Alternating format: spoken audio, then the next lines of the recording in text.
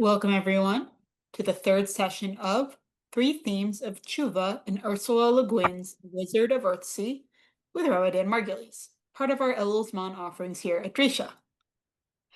This is the third part of our series. It's been a pleasure learning for these past few sessions with Rabbi Margulies, who is on the faculty at Berman Hebrew Academy. In this class, we will be looking at referring to Ursula Le Guin's opening novel, Earthsea. If you have read that, great. That is not in the source sheets. Sources for today's class will be shared on screen shortly. Good evening, everyone. And I know it's really is nearing Rosh Hashanah, so all of these themes of tshuva hopefully are helping carry us into the season of tshuva appropriately and getting us ready for the new year. Of course, wishing everyone a Shana Tova and Mitzukah. And like I said last week, the topic for tonight is one which I think definitely is perhaps underdeveloped in some of the more classical sources about tshuva, but maybe we can unpack some things and then explore and discuss. And I have two passages from the book I'd love to share and we can discuss as well. Of course, like I said, 2 weeks ago, our main theme was thinking about how the process of vidui, by verbalizing and concretizing what it is that we're working on in a formal way, really is a very powerful mechanism for forcing us into thinking concretely and precisely about what it is we're trying to change in the process of tshuva, rather than letting it remain abstract and ethereal in our minds. And I think Rav Yonah suggested 2 weeks ago as well that there's a very powerful piece of that in terms of how we cast telling our own story as a narrative. How do we tell about ourselves? How do we introduce ourselves or to God through our tefillot, through our vidui in this season and throughout the year? What are the stories we tell about ourselves? Last week, we spoke a bit about the concept of the change of name. That is a, so to speak, mechanism of tshuva that gets mentioned in the Gemara, discussed and explored by the Rishonim and some of the classical sources. And on the one hand, last week, we looked at how Rav Soloveitchik presents the idea of the change of name and the process of tshuva as this incredibly potent act of self-creation. You are redefining your personality, you're redefining who you are as a person, which of course sounds very appealing, I think, to some people, especially those who are looking for a more radical change or looking for a more dramatic type of movement in this season. At the same time, as we discussed a little bit last week, I think a lot of modern psychology tries to be a little bit more careful around those kinds of dramatic changes that seem to have a discontinuity with one's past, and rather instead thinking, as Le Guin does in the process of tshuva, about identifying with one's sin or identifying with one's past or identifying with one's own flaws and working to craft them and shape them into a healthy and integrated part of one's personality, rather than thinking in terms of, oh, I'm making a radical break with my past, because that can be too rupturous or too damaging to the sense of self. And this week, the goal is to explore the role of supportive friendships and social groups in the process of tshuva. Something that popped into my mind a little bit over this past summer as I was teaching with Drisha in the Drisha Summer Kollel. We were learning a very far afield topic, but I came across something that sparked it, and this is what inspired me to explore this for the fall. We were studying the first chapter of Masechet Sanhedrin about the role of judicial authority, the role of smicha, that is authorization or ordination in the process of appointing judges and things like that. And for those who are either history buffs or rabbinics buffs or both, this is a topic which really reached a head in the 16th century. There was a huge controversy, a storm in a teapot, I guess, on world scale. But for the rabbinic world, it was a major conflict.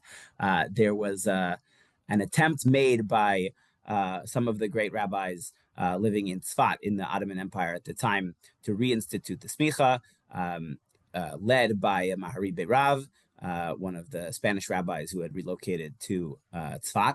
And there was this attempt based off of the writings of the Rambam to try to reintroduce the original ordination of judges that was lost in the 4th century.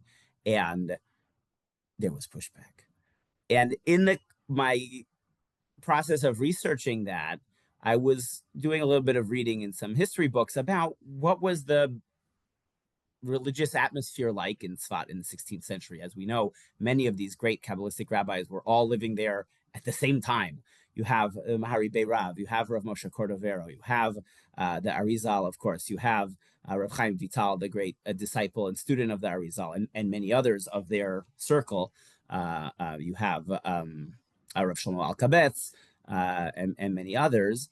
And at that time, like, what were the things that were on their minds, and what was it that was motivating them to search for this rabbinic ordination as something they were interested in very passionately, and which became a subject of great debate. And at least the consensus of many of the historians, as well as the rabbinic writers of the time, seems to be that in the wake of the Spanish Inquisition, there were, of course, many Jews who, under duress, publicly adopted Christian identity, professed faith in Christianity, and at the same time, inwardly, of course, regretted this and knew that they were doing it only out of an attempt at self-preservation under extreme circumstances. And many of those Jews, after they were able to flee Spain and came to North Africa or the Ottoman Empire, in the Eastern Mediterranean, whether Turkey and Greece, whether in Lebanon and Syria, whether in the land of Israel, et cetera, et cetera.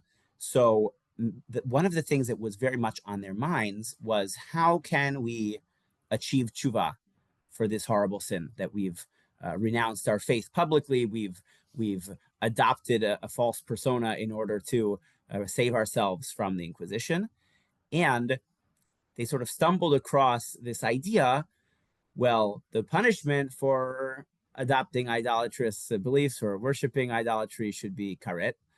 The rule is that if you have incurred a punishment of karet, but you receive lashes for it in the Beit Din, then you absolve yourself of the liability for karet. So if we can institute an authorized Beit Din with real judges who can really administer real punitive lashes, we will find the way to achieve for ourselves the atonement we seek for this, of course, very serious rupture within themselves and, of course, for their community during the Inquisition, the adoption of a Christian, outward Christian persona in that moment. And so that's sort of one piece that's underlying it. But what developed in Tzfat at this time, as we're going to see in a passage in just a minute, from the dream diary of Rav Chaim Vital, of all rabbinic sources, dream diaries, I never thought I was going to get so into, but sometimes you have to. I don't really dream very much. It's very rare for me to have dreams that I remember when I wake up. So I don't relate to it as well as maybe other people. Maybe that's because I don't get enough sleep. Okay, I don't know. But one of the things that becomes very popular in Tzfat at this time is groups of mystics gathering together for a group therapy session, basically, to discuss the things that they want to do teshuva for, to process their weeks, right? Again, this feels very like late 20th century, early 21st century, like wellness, kind of stuff. And at the same time, this is what these great mystical rabbis were doing more than 400 years ago. So let's get to that. Before we get to that, I do want to lay groundwork with something totally different, but which stuck in my mind from a Shabbat Shuvah drasha I heard, I guess now it's already 10 years ago, from Rabbi Stephen Exler. Maybe people have heard of him. He's now the senior rabbi at the Hebrew Institute of Riverdale, the Beit. And it's 10 years ago, Rabbi Exler, I corresponded with him and got his sources for this, so I know the date. It was 2015. Rabbi Exler and was once a mentor of mine, and I used to work in the shul. So Rabbi Exler spoke 10 years ago for Shabbat Shuvah about the phrase we say in the morning tefillah, that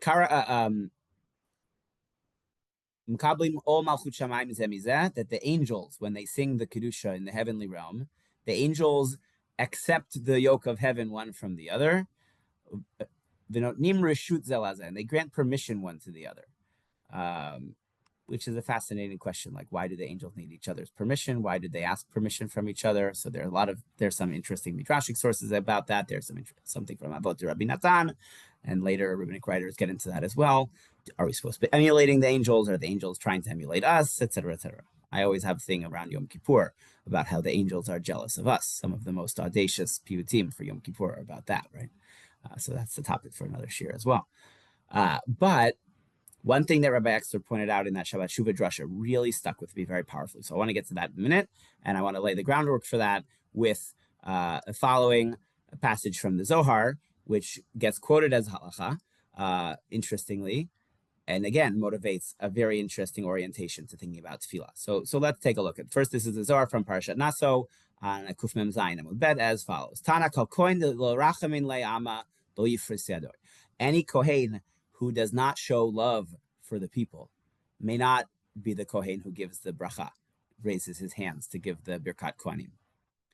It's nice. At school, I'm one of the faculty advisors for the Sephardi Tefillah, so we get to do Birkat Kohanim every day. So I keep telling all of the Ashkenazi Kohanim at the school that they should come to the Sephardi Tefillah. I'm not Sephardi, I'm Ashkenazi, but I'm like a wannabe. I've been a wannabe for a long time. So I try to encourage all the Ashkenazi Kohanim that they should come and do a mitzvah, because really it's a mitzvah deoraita. The Kohanim are supposed to bless every day. In Israel, even Ashkenazim have come back to the proper behavior, but the Sephardim have been doing it for a long time. So, okay. So here's the story. So what is it that the Kohen who does not show love, does not show rachamim for the people, cannot give the bracha? So the Zohar says, there was one Kohen who got up and he raised his hands to give the bracha. Before he had even finished giving Birkat Kohanim, it avid tila digarmi. He became a pile of bones, like he died in the moment. He died during Birkat Kohanim. Already a dramatic and traumatic tragedy occurs in the synagogue. Okay.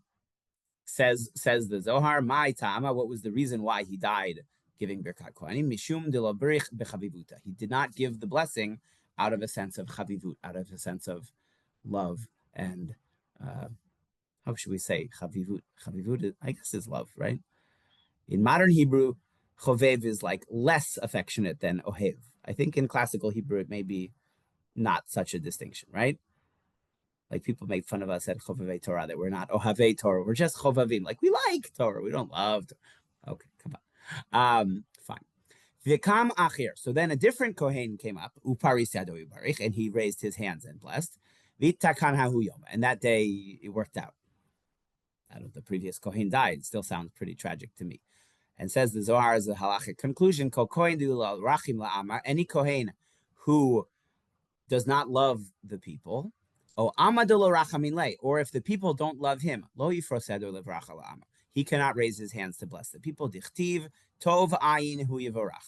Someone of a generous eye is blessed, says the Pasuk in Mishlei. Pasuk in Mishlei is describing a person of great charity, a great generosity. It's a person who shares their bread with the poor, as the second half of the Pasuk says. Tov ayin hu yevarach, al tikre yovarach ela yevarech. Don't say it's someone who is blessed, rather say it's someone who gives a blessing. Already the reciprocity there of reading yevarach as yevarech is fascinating. There's other sources that discuss. Most notably, it's not easy to find if you have a 6-volume Mishnah Brura. It's on the first page of the second volume of Mishnah Brura, quoted in the Be'or Halacha, Sefer Haredim, one of the, again, 16th century Tzfat, one of the great mystical works of 16th century Tzfat. The Sefer Haredim says, just like there's a bracha for the Kohanim to bless the people, there's also a mitzvah for the people to receive the blessing. I don't know what that means, but it sounds very nice. Okay. So what's the Zohar getting at already here? Let's think about it.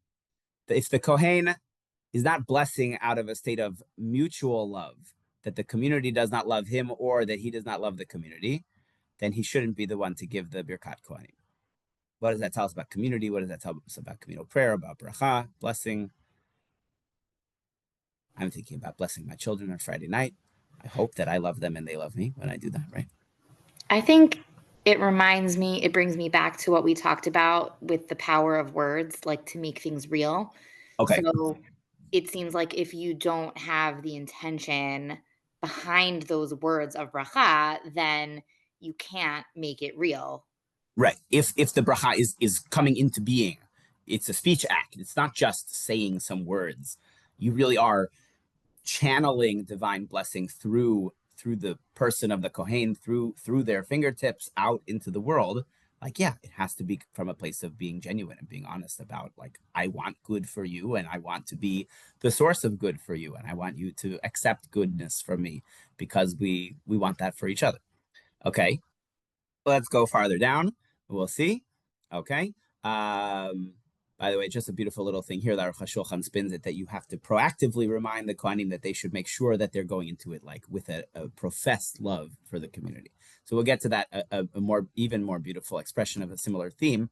The Magen Avraham in Siman Mem Vav in Hilchot Tfilah about the morning prayers quotes based off of a custom that's recorded in the kavanot of the Arizal, of the Kabbalistic intentions of the Arizal, and certain Hasidic Sidurim especially include this in the Sidur now, actually.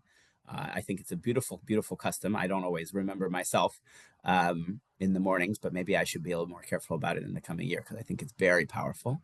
The Magen Avraham quotes the following idea: Kodem tefilat shachrit yikabel alav mitzvat aseh shel ve'ahavta l'recha kamocha. Before starting your morning prayers, you should actively and consciously remind yourself that today I'm going to be investing myself into the mitzvah of ve'ahavta l'recha kamocha, that I profess a mutual love and a very high level of love for other human beings.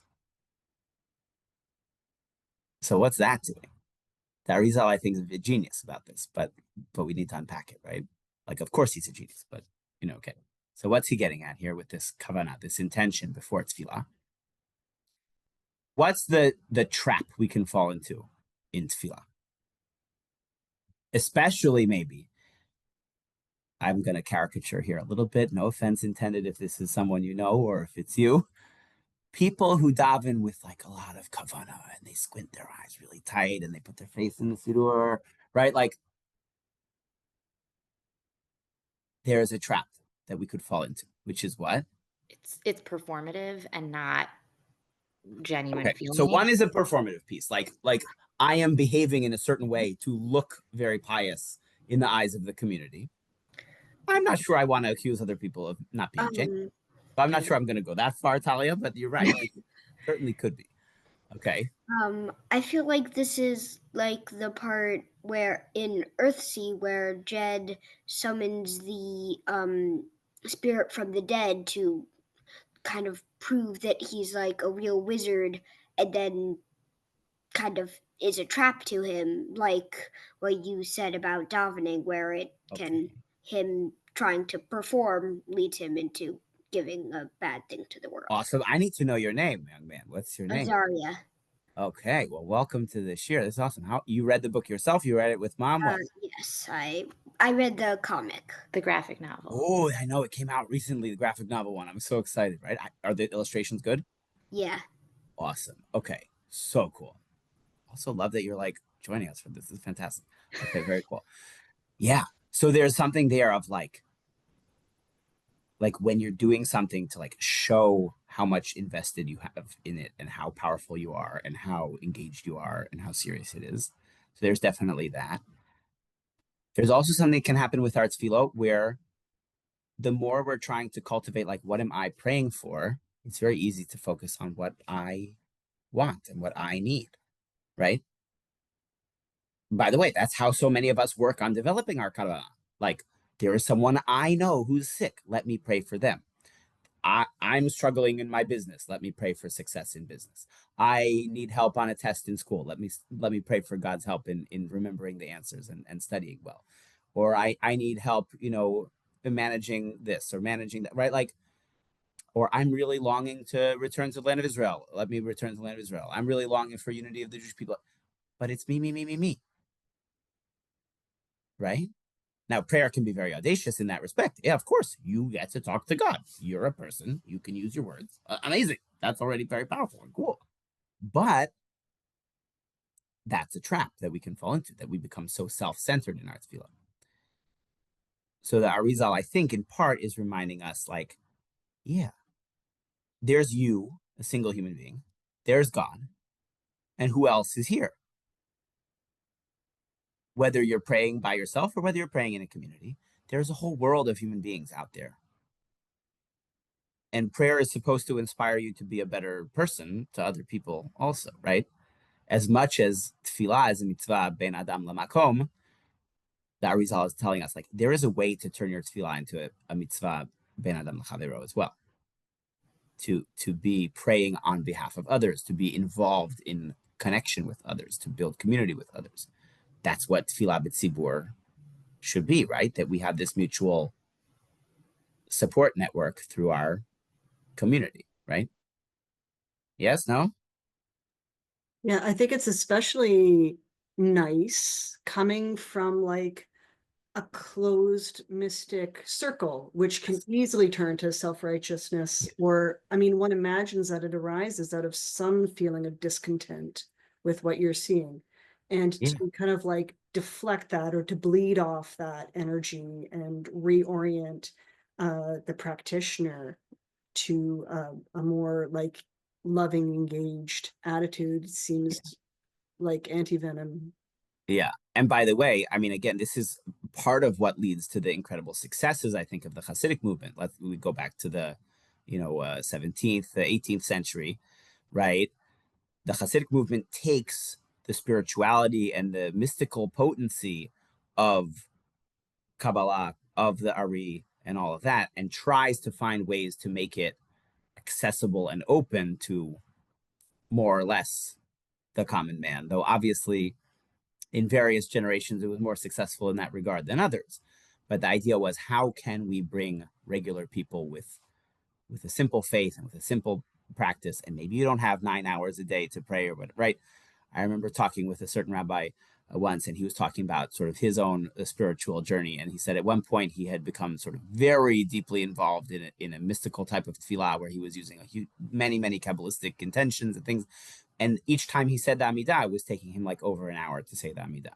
Like, yeah, you can only do that if you have no other responsibilities. If you don't have a job, if you don't have a family to care for, if you don't have a dog that needs to walk. Like, what are you doing? Like, I don't have an hour uninterrupted time 3 times a day. Like, you're so lucky, right?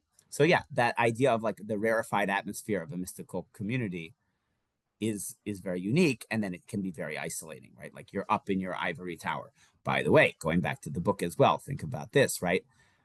When Ged is toying with his own guilt, and he's like, well, maybe the answer for me as a wizard is like, I'm not going to do anything of consequence. I'll like go and work at the immanent tower and be Kuram Karmeruk, the master namer, who has an important job, but like it's incredibly quote unquote boring because it's just academic. He doesn't do anything in the world. He teaches his students, which is important. He researches, which is important, but he's not out in the world with the regular people who need help. And of course, we know Ged does not end up becoming Kuram Karmeruk, right? So there's that as well, where there's like the practical aspect and the involved, like, again, we think about this with Talmud Torah as well. How do we make sure that when we're studying Torah, we're studying it in a way that we're going to impact the world and help people around us and be a source of good, and not just doing it because it's fun for us as a nerdy academic exercise? And I find myself falling into that trap sometimes as well, right? Like, I'm interested in all sorts of weird esoteric topics in Torah, which I know are probably not meaningful for the average person. Okay. So I think it's a very powerful refocusing idea, which is that tefillah is also about building a sense of community and reciprocity with the community around you.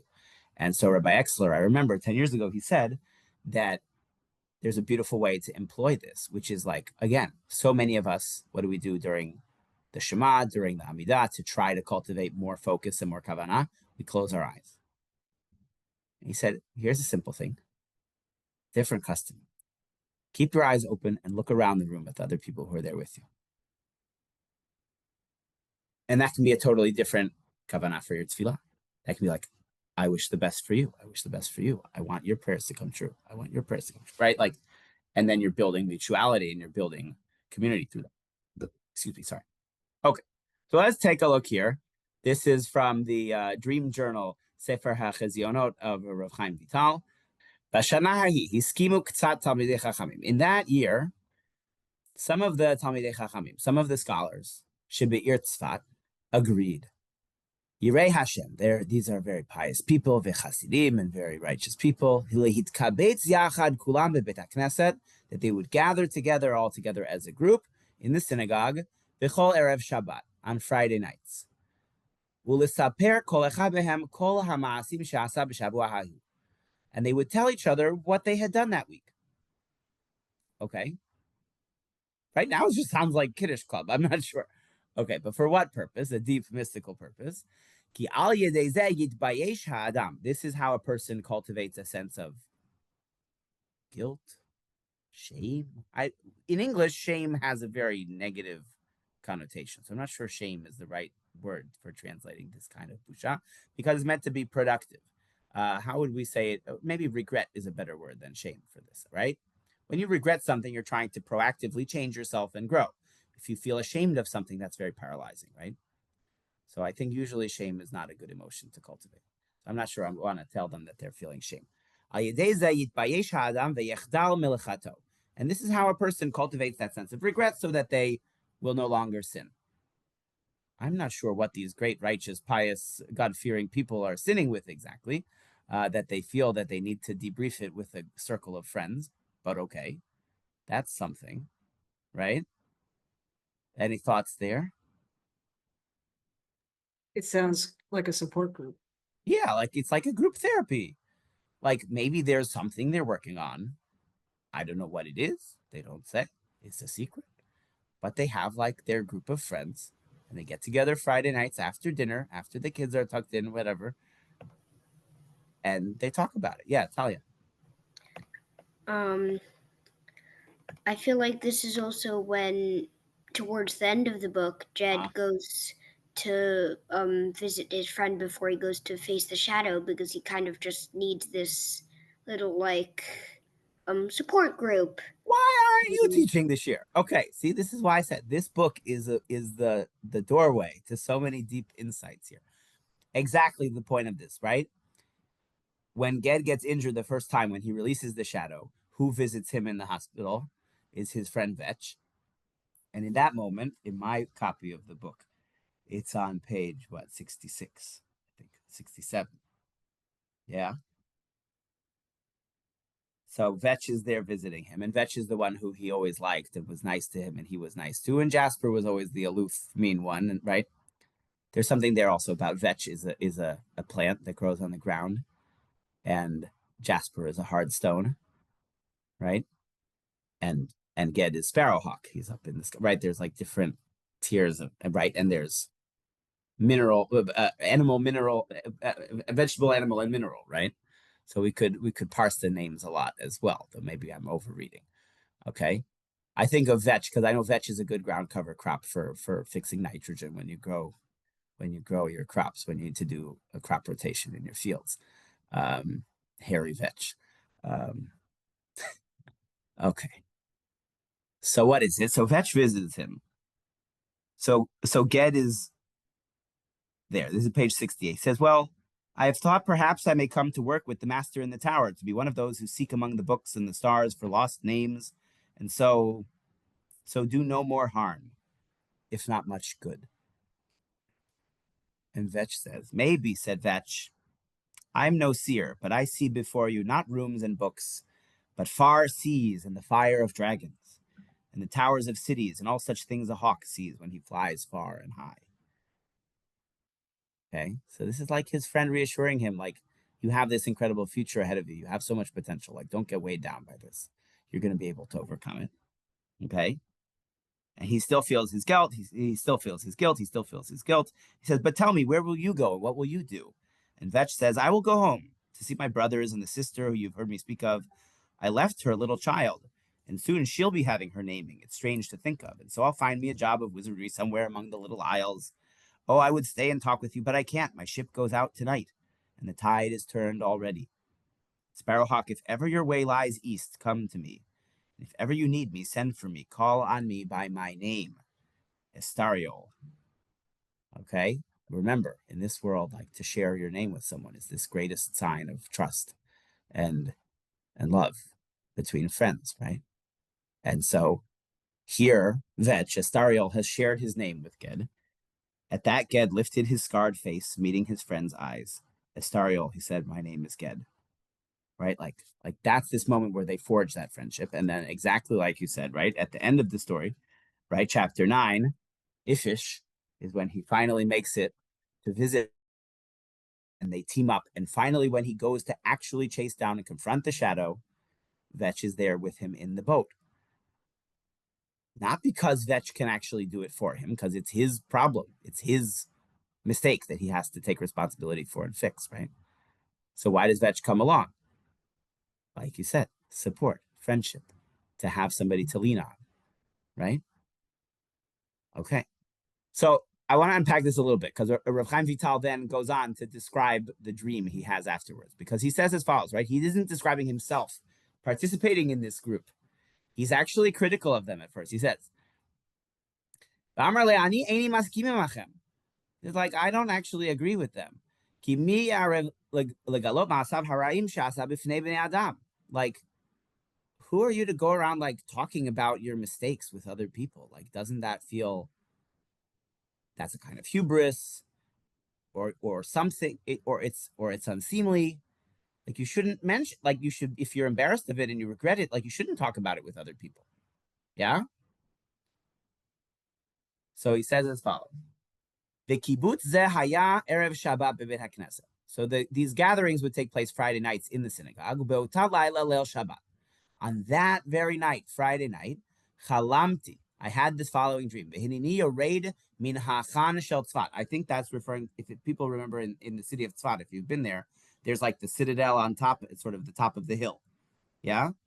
And that's sort of like where, that's like a little bit above. That's where the Ottoman fortress was, and the Jewish neighborhood is like a little bit farther down from there. And then there's the cemetery, right?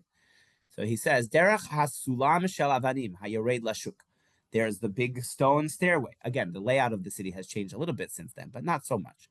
Okay, so there's big stone stairway that goes up and down through the whole city of Tzfat along the side of the hill. In the marketplace of the meat sellers, there are two paths, shti v'arev. They cross each other at a right angle. V'hinei abba mori ba likrati miderach ha'acher.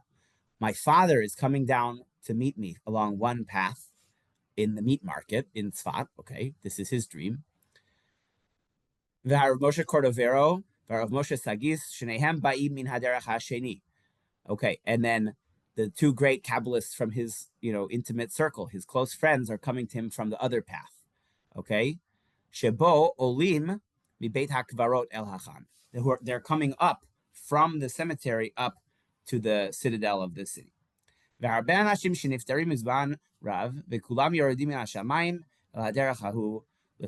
there are so many people who have previously died who are now like coming down this path, walking past me. Okay.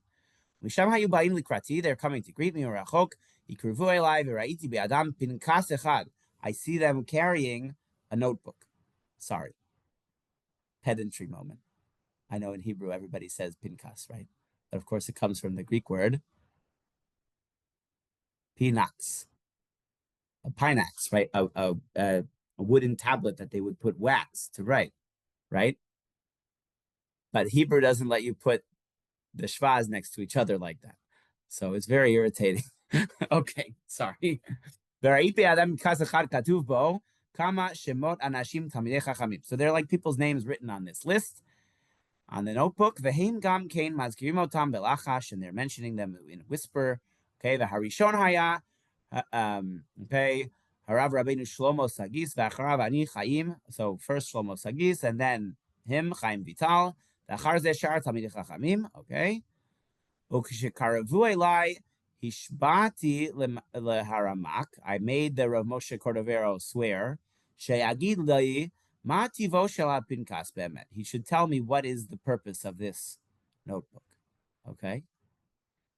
Maybe it's the list of people who are going to die in the coming year. Maybe if that's really true, then he can let me know in advance if I'm destined to die this year, so I can. I'm going to prepare for my fate. I'll examine my deeds. I'll do better teshuvah for my errors. I'll improve myself maybe for the coming year. I'll be set up for more success. The Omarli ein zeh. He said, no, that's not what it is. Ki im mispar talmidei chachamim haruyuim lashuv b'tshuva. This is a list of great Torah scholars who should do tshuva. V'la'avod et Hashem, and serve God. Ukvar hayom hazeh nitkabetzu kulam bebeit hakneset v'faspeis b'maasecha. And this day they've already gathered in the synagogue to search out through their actions. So here, Reb Chaim Vital starts off skeptical of this group therapy session in the synagogue. He thinks, yeah, I don't know, maybe it's unseemly. It's not the right thing to do to talk about your mistakes with other people. And he has this dream where, in fact, and by the way, think about how it is, right? The two paths. There's the path coming from the cemetery. There's the path coming from the meat market. And his father is on the path coming from the meat market. And the great Kabbalists of his friend group, a mystical circle, are coming from the cemetery with the notebook. Okay. So let's unpack the story, the dream, a little bit. I know we're not Sigmund Freud, so maybe we can do a good job analyzing the dream. I don't know. Okay. What do you think is going on here?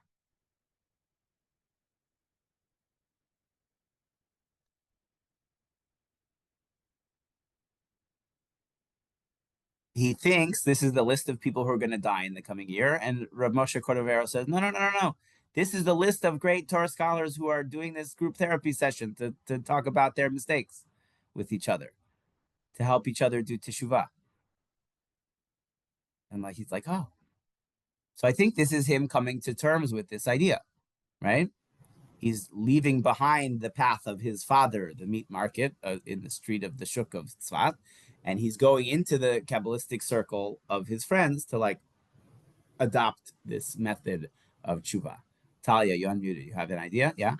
Well, I was just thinking that it also seems like it's a moment where he maybe transitions from this sort of self-centered perspective, like they must have something to tell me about me. Like they must have a message about how I could improve myself given whatever fate is in the notebook. But really the notebook is a list of everyone else who already kind of took steps on their own to do that. And now he's like, oh, that's the way forward. It's not like you don't wait for some message saying, oh, it's your time now. Right. It's the opposite, right? It's like, this is all the people who already signed up for the cool club. You got to join. It's not like, oh, I have a list here to tell you you're going to die, so you know that you're supposed to do tshuva. It's like, you were already supposed to know you're supposed to do tshuva. Didn't your friends tell you?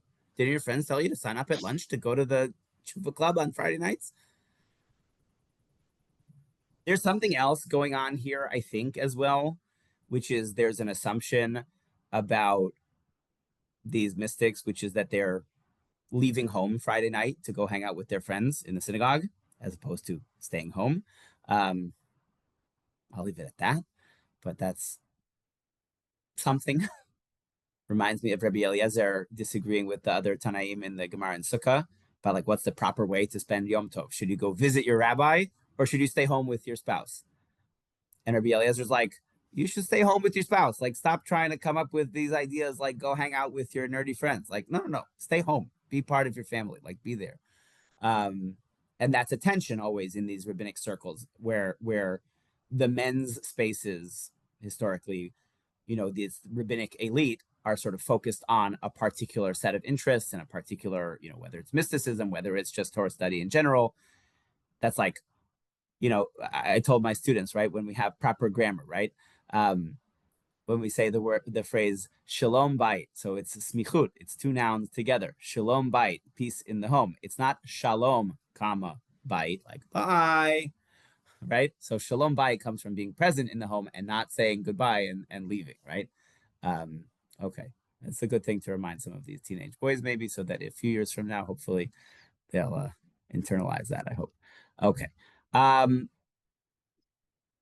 Yeah, I don't know. I mean, I'm analyzing a great rabbi's dream from 400 years ago, so I'm not sure I have exactly so much to understand from it, only because it's not my dream. But there definitely is some kind of a realization taking place here, where he's recognizing the potential. The last thing I wanted to bring here, a couple of points. One is a little paragraph here from Rav Shlomo Wolbe's Alei Shur, which is a relatively recent Musar work. The Musar movement as a whole very much emphasized the role of these kind of chaburot, whether for self-improvement in various character traits, whether it's working on particular behaviors. Musar movement since Rabbi Yisrael Salanter has encouraged people kind of like, oh, we're working on this. Like, let's let a group of people here and have exactly like a support group, a group therapy kind of thing to discuss it. And Rav Wolbe comes out of that tradition, but he was also informed by some more, at least at his time, contemporary psychological insights as well. And so this is what he says in a chapter of his book about the idea of chevra, the idea of like having friends, having a support group. And he's talking about the idea of the yeshiva. Like, what does it mean to be a student in yeshiva, to have a cohort of yeshiva students who are learning Torah together? Like, isn't that enough? Oh, we're learning. We're all Torah scholars and we're each doing our own thing. He's like, no, that's not good enough. He says as follows. A yeshiva is not just a place to learn content. When you're in school, hey, heads up, kids who are still in school, right? You're not just there to learn like what's in the book. Okay, you're supposed to be developing a sense of wholeness, a full life that's lived through Torah. That's really what it is. It's an immersion in an environment. It's an immersion in a group of people. You are now a member of the club, a member of the team. In a yeshiva, you learn to live. Just like how you learn how to learn.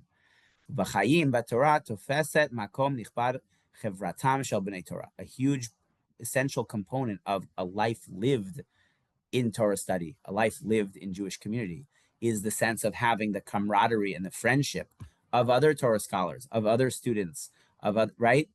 You're building relationships, you're building friendships, you're building a support network.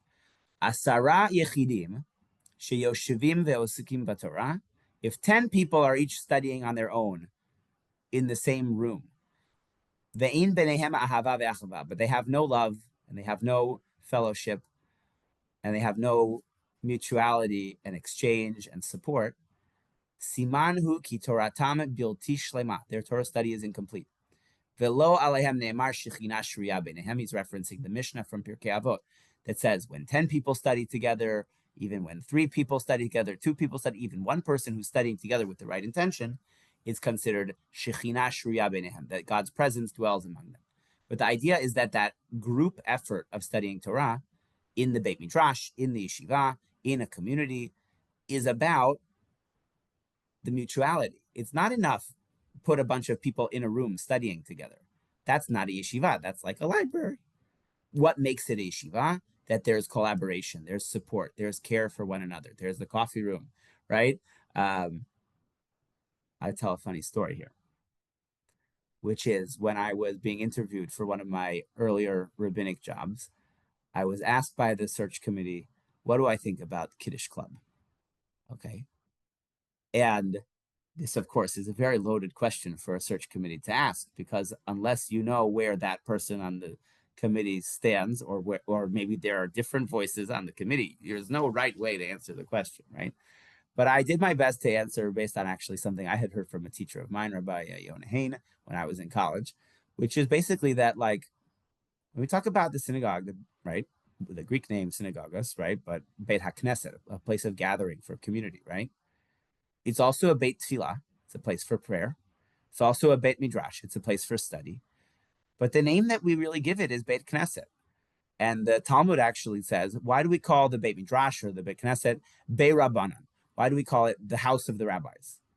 And the Gemara actually learns that there are certain leniencies in how we treat a Beit Midrash, that Torah scholars who like spend a lot of time in the Beit Midrash are allowed to treat the Beit Midrash with a little bit of a casual attitude. Why? Because it's sort of like their house. It's sort of like their living room. Like, if you really are somebody who lives there and participates, and that's where your friends are, and that's where your camaraderie is, and that's where you spend your free time, like, yeah, you don't have to be so reverent in the Beit Midrash. The Beit Midrash, you could like kick off your shoes a little bit, so to speak. Of course, the Beit Midrash has a very high holiness. It's a place where Torah is studied. But it's a place where Torah is studied with friendship, with camaraderie, with schmoozing, just conversation. And you have to be able to be friendly with the people who are there and be able to talk about life too, and be able to integrate that all together with the Torah that's studied there. So what Rav Wolbe is saying here, right, is that sense of community and a sense of mutuality and mutual support that's built on communal prayer, communal Torah study, is essential to bringing God's presence into those actions, because that's what it's for. I think that's, again, similar to what the Ari Zal's kavanah for Be'ahavta l'recha kamocha before tefillah, right? If your Torah study is just, I'm studying Torah for my own personal growth because it's a mitzvah for me, then it's hollow. It's missing something because you don't have the other person there. You don't have a partnership. You don't have community. The Beit Midrash is a communal place of study. I'm reminded of a tragic story, right? We know there are examples in history of great scholars who, because of their scholarship, kind of isolate themselves a little bit too much. The story is of Rabbi Rechum Fischel Perlo, the author in Warsaw of the monumental commentary, so to speak, on the so-called Sadia Gaon's Sefer HaMitzvot, which was really just a poem about the 613 mitzvot. And this Rabbi Rechum Fischel Perlo wrote this huge commentary on it with incredible deep Torah insights. But he lived in Warsaw, and he decided, like, okay, my house is right next to the synagogue. So what will I do? I'll sit by the window of my study, and I can, like, hear the community praying Kaddish and Kedusha and whatever through the window. Like, I never have to leave my house. It's like vicarious participation in the community.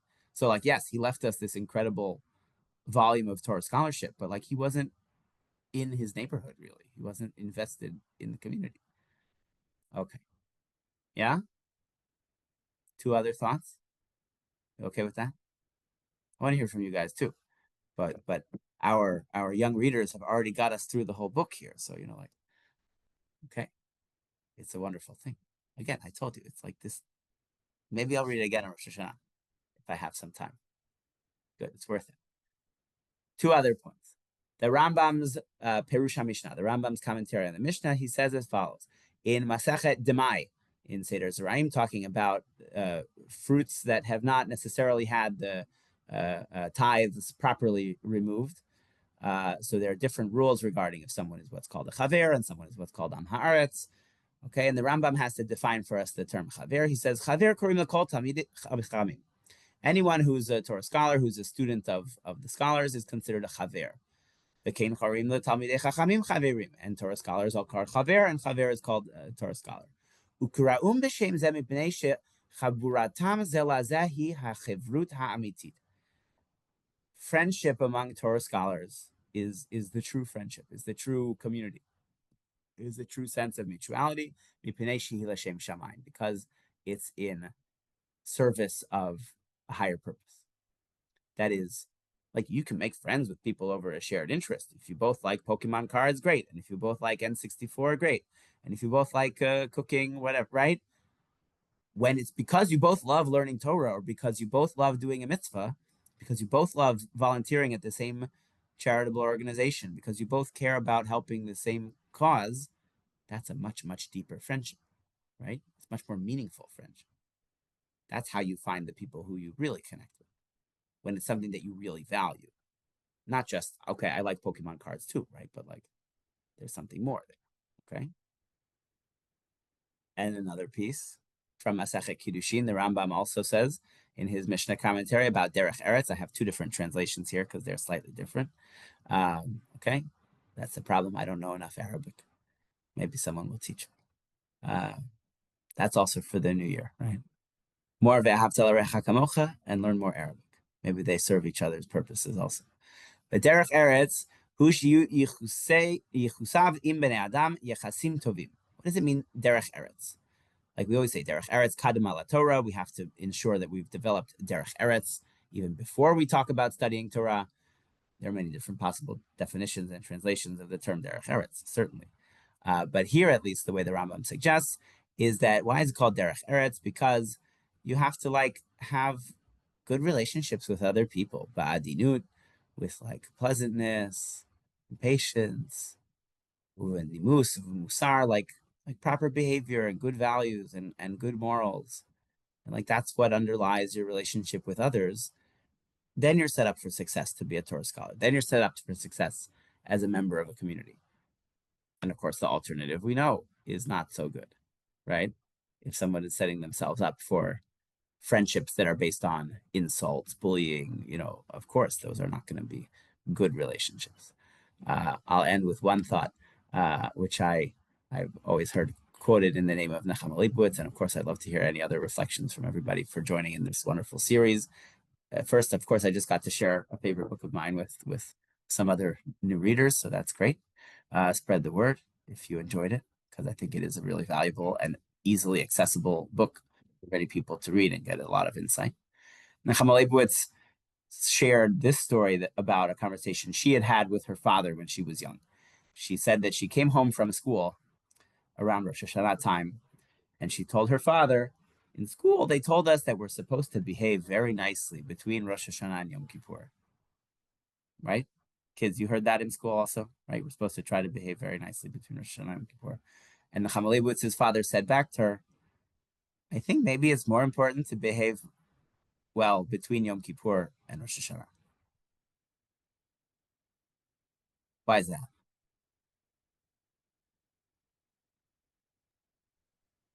I don't know. I feel like there's probably something. I am not quite the target audience. It's been a while since I had this lecture in school, but it's like this is the hard time. This is when, you don't have that imminent sense of forgiveness hanging over your head. And it's worth speaking to your parents then.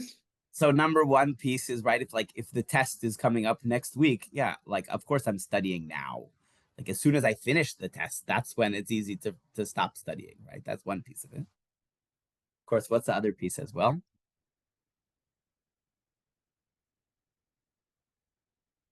There are only 10 days from Rosh Hashanah to Yom Kippur. That means it's 340 days from Yom Kippur to Rosh Hashanah, right? Yeah. It's a lot more days. It's more important, right? If you're just a good person, 1 week of the year, you're not really doing it right. It didn't really change you. Like the whole point of Yom Kippur is what do you do the next day? There's an amazing midrash about the love. And there's beautiful sfasemis about it. I heard from Rabbi J.J. Schachter, but that's again a shir for another time. But the midrash says that the mitzvah of lulav is ulakachtem lachem bayom harishon. You're supposed to take the lulav on the first day. So what do you mean the first day? It's the first day of Sukkot, but it's the 15th day of the month. And the midrash says it's yom harishon la'avonot. It's the first day when sin kind of starts to creep back in. It's like a few days after Yom Kippur, you let your mind slip a little bit. You forgot what you were working on, right? Like everybody, they get their gym memberships in January and all the gyms are full. And then you wait till February, you get a discount, right? Yeah? So that's what Nechama was talking about also, I think. Yes. Talia's hand is raised, and I do think we're wrapping up soon. But any other reflections and thoughts on this? Also, we learned in school that Teshuva, the first step is recognizing that you made a mistake and then not doing it again. So just being good between Rosh Hashanah and Yom Kippur, who cares if your Teshuva doesn't matter if after that you do the same mistake again. Yeah, if you tried your best for a week and a half, that's wonderful, certain. And if you slip again, then you have to climb up the hill again. So that's hard. It's really hard to make a real change that's a lasting change for the next year. Yeah. It gets harder as you get older too. Because when you get to be a grown-up, it's even more, you're locked into certain ways of acting. And when you're actually trying to change yourself, it really takes hard work. But it's really important. Awesome. Thank you guys so much for coming. Okay. Good. I got to get that graphic novel now. If the illustrations are worth it, then I'm definitely going to do it. My older daughter is 8 years old and she loves graphic novels. Anything with cartoons and illustrations, she'll read it up. So I tried showing her this one, the paperback. She didn't like that one so much yet. So we'll see. Okay. Shana Tova Mitzukah. Hope everyone has a wonderful, blessed, sweet new year. All of the negativity and struggles and challenges of the previous year should end. The new year should be wonderful new opportunities and growth and learning and success and good health and happiness for us and for the whole world. We should learn together again soon. Mm-hmm. Well, amen, and thank you everyone who's been coming. Thank you for making it a family affair today. That's much appreciated. There are, even though the new year is coming up very soon, there are still a few more classes in Elul's at Drisha, and if you want to check them out, you can go to drisha.org/classes. I'd really like to learn with all of you again. Take Wonderful. care. Thank you. Good night. Thank you so much.